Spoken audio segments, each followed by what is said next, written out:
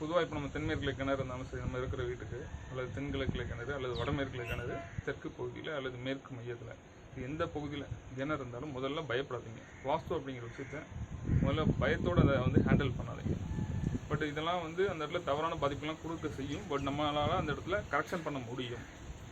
அந்த வீட்டில் நமக்கு நார்த்து உச்சம் பண்ணுற மாதிரி அந்த வீட்டில் நார்த் ஈஸ்ட் இருக்கலாம், அல்லது ஈஸ்ட் சென்டராக கூட இருக்கலாம், அல்லது நார்த் சென்டராக கூட இருக்கலாம். அது மாதிரி ஒரு ரூம் நம்ம வந்து செலக்ட் பண்ணி அதை வீட்டில் இருந்து கட் பண்ணி அந்த இடத்துக்குள்ள நம்ம தூங்கும்போது அந்த கிணறு அப்படிங்கிற ஒரு பாதிப்பில் வந்து நம்ம வந்து எளிதாக விடுபடலாம். அதுதான் முதல் விஷயம். நீங்கள் டக்குன்னு வந்து பயந்துட வேண்டாம். இதில் வந்து கரெக்ஷன் மெத்தட் இருக்குது. இந்த கரெக்ஷன் மெத்தடு வந்து நமக்கு வந்து சொல்கிறது வந்து நம்ம இடத்துல பரிகாரம் அப்படிங்கிற ஒரு விஷயத்தோட நம்ம சொல்ல வரல. இந்த பேசிக் பிரின்சிபல், இந்த வாஸ்து அப்படிங்கிற விஷயம் எப்படி செயல்படுது, இந்த மேடு பள்ளங்களை மையமாக வச்சு செயல்படுது. ப்ளஸ் இதில் வாசல் அப்படிங்கிறது அதனுடைய ரோல் என்ன, ஜன்னல் அப்படிங்கிற ஒரு ரோல் என்ன வீட்டில் வந்து, இது எல்லாமே நம்ம அதை பற்றி புரிஞ்சுக்கிட்டோம் அப்படின்னா ஈஸியாக ஹேண்டில் பண்ணிட்டு போய்கிட்டே இருக்கலாம். அதுக்கு நமக்கு என்ன தேவைன்னா வீட்டுக்கு வந்து கோணங்கள்லாம் சரியாக இருக்கா அப்படிங்கிறது பார்க்கணும். பட் அந்த கோணங்களும் அந்த இடத்துல சரியாக இல்லை அப்படின்னா அப்போ நம்ம வந்து வீடே தவறாக இருந்தால் கூட அப்போ இண்டிவிஜுவலாக ஒரு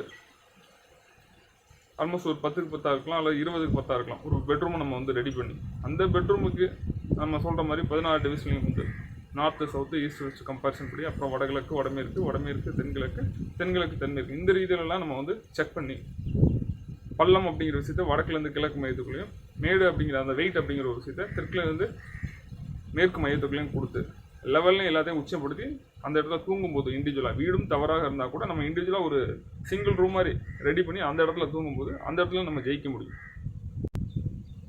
இதை உங்களால் ரியலைஸ் பண்ண முடியும். பிஃபோர் ஆஃப்டர்னு பிரித்து பார்த்து அந்த நடக்கக்கூடிய நிகழ்வுகளை வச்சு நம்ம வந்து அந்த இடத்துல நம்ம வந்து ஜெயிக்க முடியும். வந்து கரெக்ஷன் பண்ணி எத்தனை நாள் அப்படின்னு சொல்லும்போது அது வந்து உங்களுக்கு சரௌண்டிங் அப்படிங்கிற இமீடியட்டாக அந்த ரிசல்ட்டை கொடுக்க ஆரம்பிக்கும். பில்டிங்குள்ளே அப்படிங்கும் 90 டேஸில் அந்த சர்க்யூட் வந்து சேஞ்சஸ் ஆகி நம்மளை வந்து அந்த தன்மைக்காக மாற்றும். இப்போ என்ன கரெக்ஷன் பண்ணுறோமோ அந்த தன்மைக்கு ஏற்ற மாதிரியான நிலைக்கு நம்ம வந்து மாற்றுறதுக்கு 90 டேஸ் டைம் எடுத்துக்கணும். அதற்கடுத்ததாக நாட்கள் ஆக ஆக அந்த பெட்டர்மெண்ட் உங்களுக்கு தெரிஞ்சுக்கிட்டே இருக்கும் வந்து டே டு டே வந்து.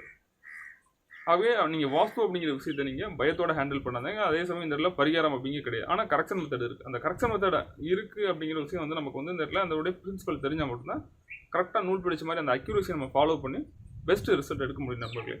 ப்ளஸ் கூடுதல் தகவலாக நம்ம இருக்கிற வீடுமே முதல்ல சரி பண்ண முடியல அப்படின்னா முதல்ல நம்முடைய தாய் வசிக்கக்கூடிய எந்த வீடாக இருக்கும், நம்ம வெளிநாட்டில் ஒர்க் பண்ணிக்கிட்டு இருந்தாலும் சரி, அல்லது வேறு கண்ட்ரீஸில் இருந்தால் கூட நம்முடைய தாய் எந்த வீட்டில் வசிக்காங்களோ அவங்களுக்கு ஒரு சிங்கிள் ரூமை நம்ம கரெக்ஷன் பண்ணி தூங்க வைக்கும்போது நல்ல ரிசல்ட் எடுக்க முடியும் நண்பர்களே.